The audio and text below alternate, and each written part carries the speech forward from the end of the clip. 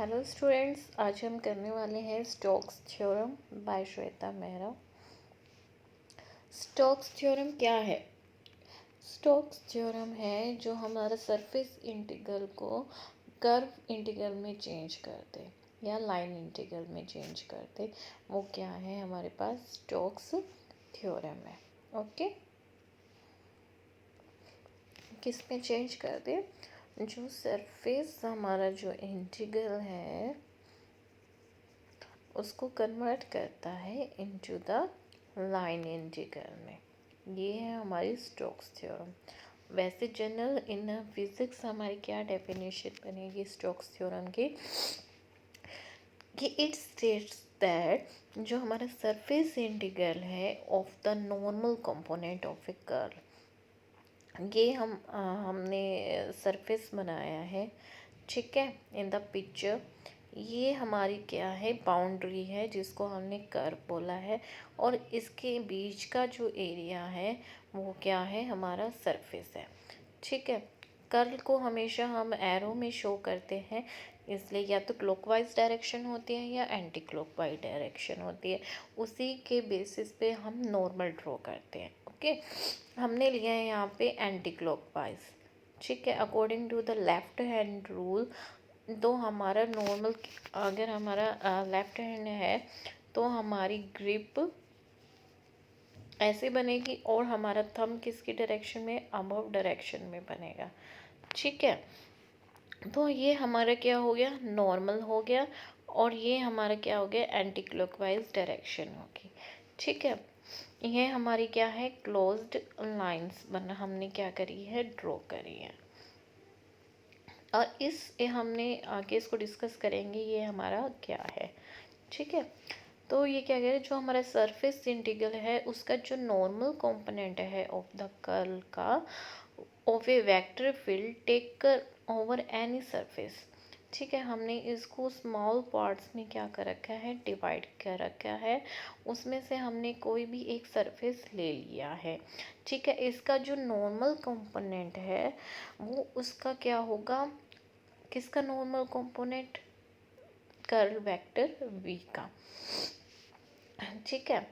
तो हमारा सरफेस जो हमेशा इक्वल होगा line integral of that vector taken around the boundary line C, ठीक है। ये क्या कह रहे हैं? वो किसके इक्वल होगा? लाइन इंटीग्रल के, और अराउंड द बाउंड्री जो हमने बनाई है, ड्रॉ करी है, ऑफ दैट वेक्टर, ठीक है।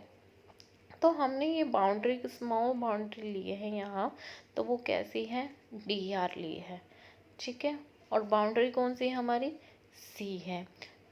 तो अब अकॉर्डिंग टू डेफिनेशन हमारा क्या है? ये सरफेस इंटीग्रल है और curl of vector field over A small surface, ठीक है। जो हमने इसको ड्रॉ किया वो किसके इक्वल होगा?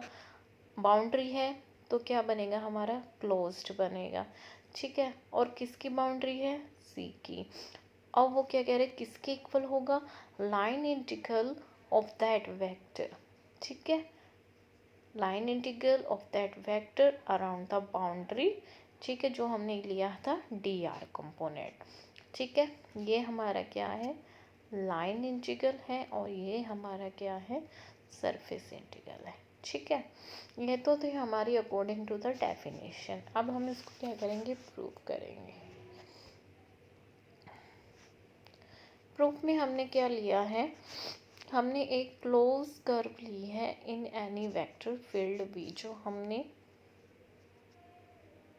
ठीक है, ये ऐसे लिए हैं, और ये है हम क्लॉकवाइज डायरेक्शन में, एंटी क्लॉकवाइज डायरेक्शन में। ये हमारा C है, ठीक है, और ये हमारा क्या है? नॉर्मल है, और यहाँ हमने किया है V वेक्टर, और ये स्मॉल सरफेस को हमने DS से ड्रॉ किया है, और ये हमारा था DR बाउंड्री, स्मॉल बाउंड्री के लिए ऑफ C कर्व, ठीक है। हमने लिया है, कंसीडर किया है कि हमारा जो क्लोज कर्व है in any vector of field V के लिए क्लोज्ड कर्व लिए, ठीक है।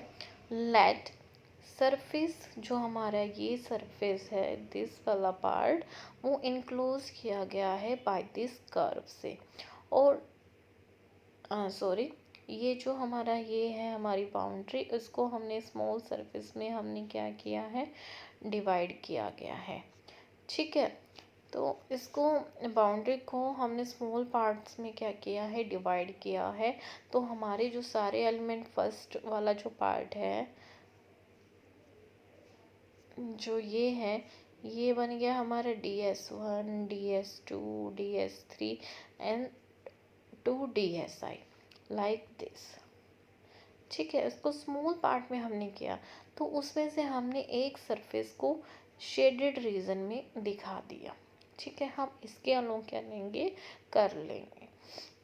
जो हमारा DS है वो किसके इक्वल होगा, यूनिट वेक्टर के साथ हमारा होगा DS, क्योंकि उसका नॉर्मल कंपोनेंट है। तो DS किसके इक्वल होगा, उसके यूनिट वेक्टर का मतलब क्या है कि DS है हमारा being the area of the element बन जाएगा, और N क्या है, unit vector along the positive normal to the element.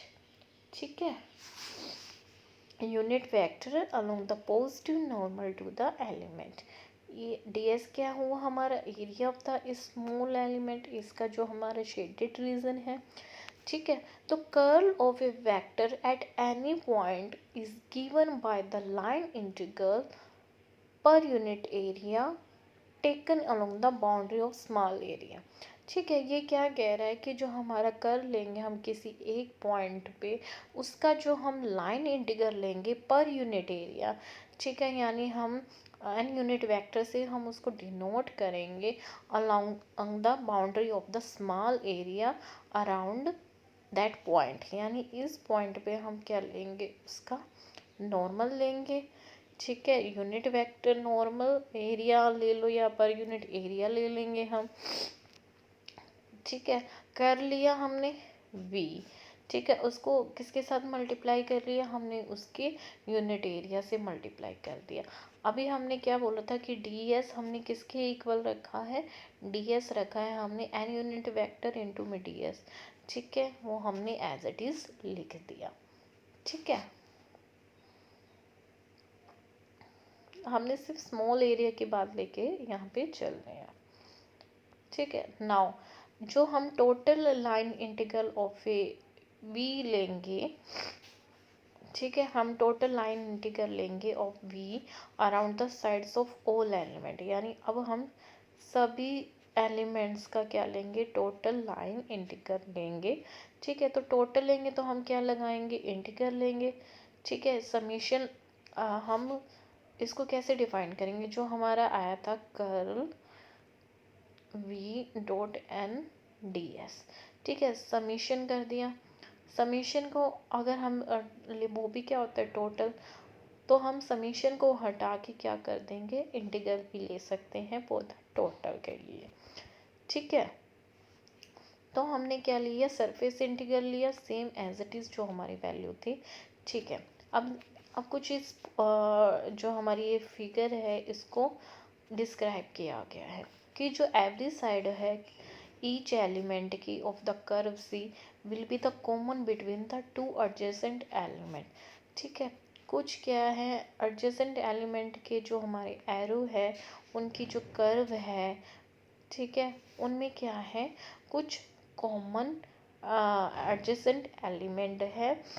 ठीक है, जो हर एक साइड में मिलेंगे, तो उनका जो लाइन इंटीग्रल होगा अलोंग सच साइड, जैसे ये है लाइक दिस, स्मॉल एरिया ले लिया, उसमें क्या लिया हमने, कर्व C को हमने कॉमन कर दिया बिटवीन टू एडजेसेंट एलिमेंट के बीच में। ठीक है, यानी ये और ये और ऐसे। ठीक है, ये ऐसे फिगर बन गई हमारे। तो उनका जो हम लाइन इंटीग्रल लेंगे along a such side, due to these two element will be traversed in opposite direction. इनकी डायरेक्शन क्या है, अपोजिट भी है। ठीक है, ट्रैवल कैसे कर रही है, अपोजिट डायरेक्शन में। और जो अपोजिट डायरेक्शन में ट्रैवल कर रही है कुछ, तो वो क्या कर देगी, एक दूसरे को कैंसिल कर देगी।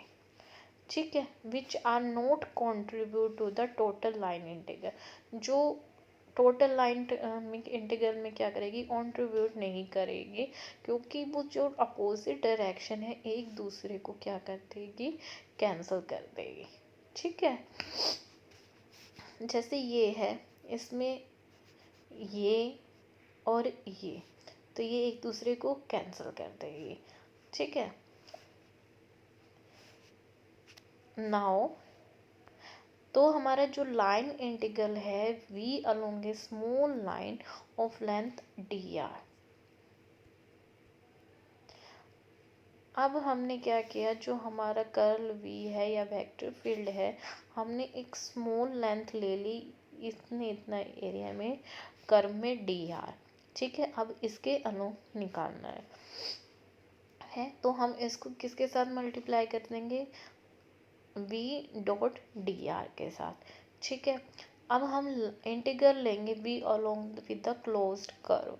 ठीक है, जो हमारी लाइन इंटीग्रल लेंगे अब पूरी क्लोज्ड कर्व के लिए लेंगे, क्लोज्ड कर्व है तो उसके लिए ये तो लगेगा ही।